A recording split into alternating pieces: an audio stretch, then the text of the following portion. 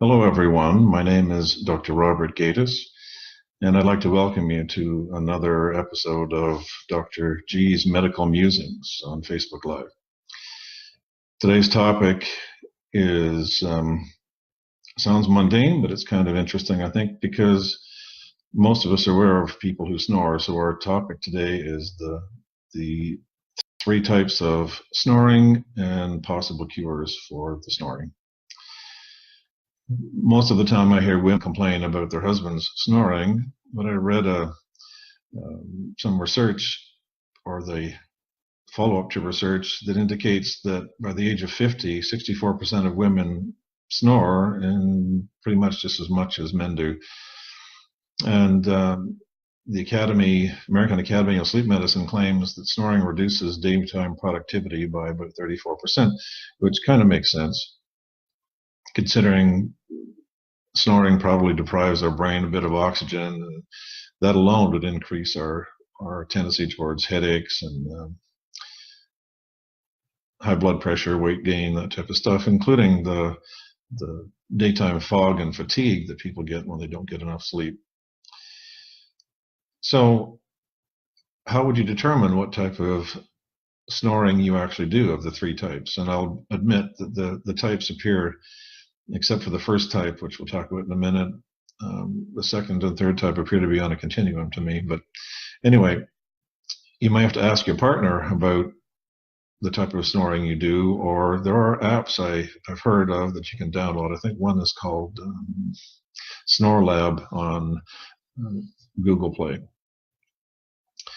So the first type of snoring is the type that usually occurs when you have an inflammation or a cold or an allergy, where the actual sinuses are restricted in some way, shape, or form. So the breathing, when it passes across, has some form of turbulence. So this is called the snoring softly and consistently type, where the breathing, because it comes through in that turbulent way, vibrates the tissues in the sinuses, and it produces kind of a soft rumbling type of snore. The second type, and again this I think is on the continuum with the third type, is when the person snores loudly and in spurts. Now, I was married to a woman who snorts, and a couple of my daughters snort, and I'm not sure if that might be related or not, but it's the same type of principle, because this type of snoring is due to the fact that the jaw and the mouth relax and it shifts back just a little. So it's often aggravated lying on your back, and I know I have that particular type. The third type is the snoring loudly type with pausing and gasping, which is the one that's linked up to probably the most serious on the end of the spectrum, which may indicate certain degrees of sleep apnea. Typically, they snore loudly and then they pause as if they're not breathing, and they aren't breathing for, say, 10 to 20 seconds. And then they gasp for breath. They might not wake up, and repeat that many times over a night. And this type of sleep apnea, if it's severe enough, is linked up to the increased risk for stroke and hypertension, etc. So with the type 1, the one that's restricted due to inflammation or infection, you can use a Neti Pot to wash out the sinuses.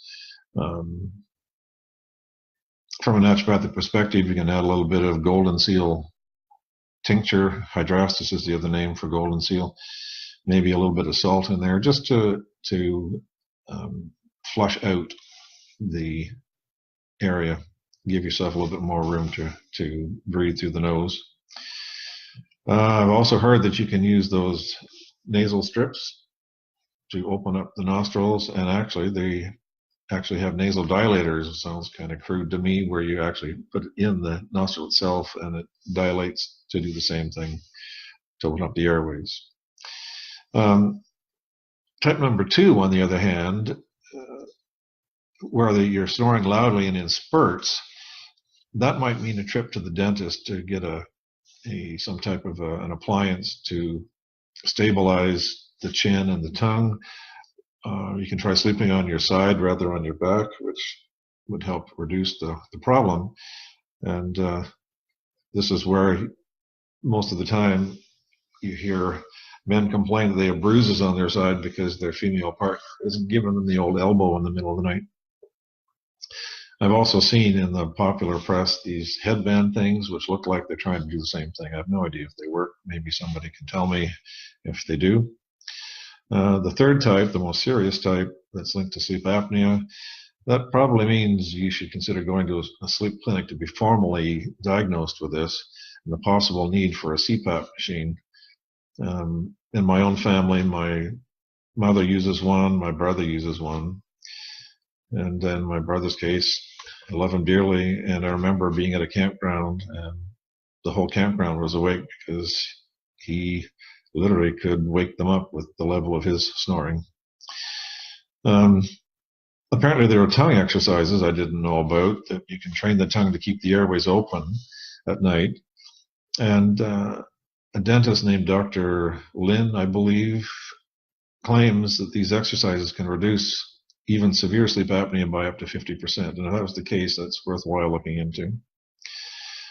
From a medical point of view, I've long thought that snoring as we get older, especially in women, might have something to do with thyroid function, which would explain kind of the increase in snoring as women get older and head into the menopausal range, because we know that female hormones tend to, if they're off, the thyroid tends to be pulled down.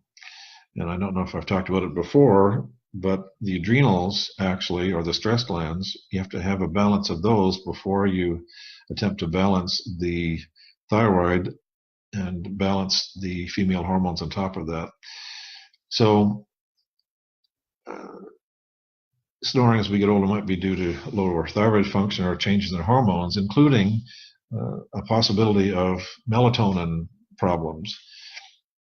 I didn't know that when you look at your phone or your iPad or your laptop at night before you go to bed, that looking at that particular type of light drops your melatonin level by 30%, which may contribute to the snoring aspect.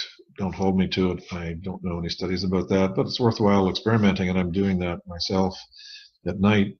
If I've been up looking at YouTube videos or something, I'll take a few hits of melatonin spray, 2 or 3 milligrams, and, to see if it'll actually help with that. According to the University of Sussex in the UK, perhaps we should go back to reading books, because reading books rather than our laptop and our phones before bed reduces the stress levels and potentially the cortisol by about 68%. And if you remember what I said, the adrenals support the thyroid.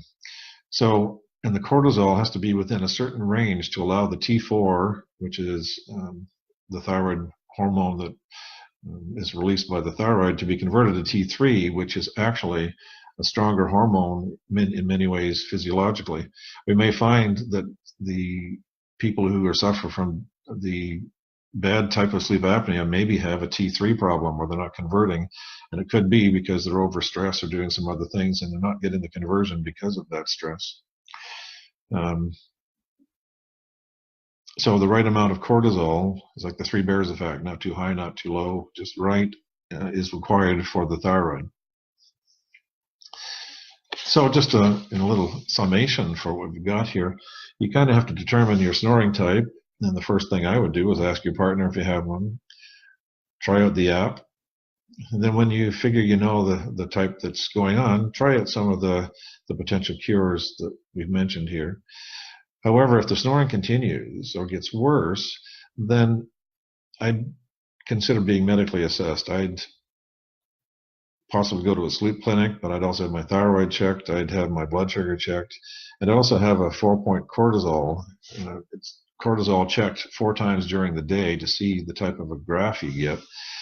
That'll tell you about your stress levels. And you can only do that really through the saliva or the urine. You wouldn't really have the availability of the ability to do it by blood at the moment.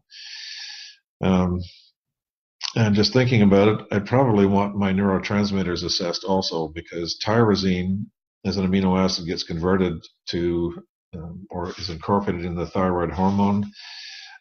It's also linked up to epinephrine and norepinephrine. And tryptophan, another amino acid, gets converted to serotonin, and melatonin. So we know that as we get older, for example, our ability to digest protein goes down, maybe assimilating it too, or maybe even using it. And just in general, most people don't get enough protein anyway, so perhaps their neurochemistry is a little off, their neurotransmitters are off, and that might be linked up to either thyroid function affecting sleep apnea or affecting snoring. Remains to be seen. And before I sign off, as I mentioned before, we're still trying to capture these Facebook Lives and either put them up on the website or have a link so we can send people emails, interested people who can receive them and review them maybe once a week on a Saturday morning.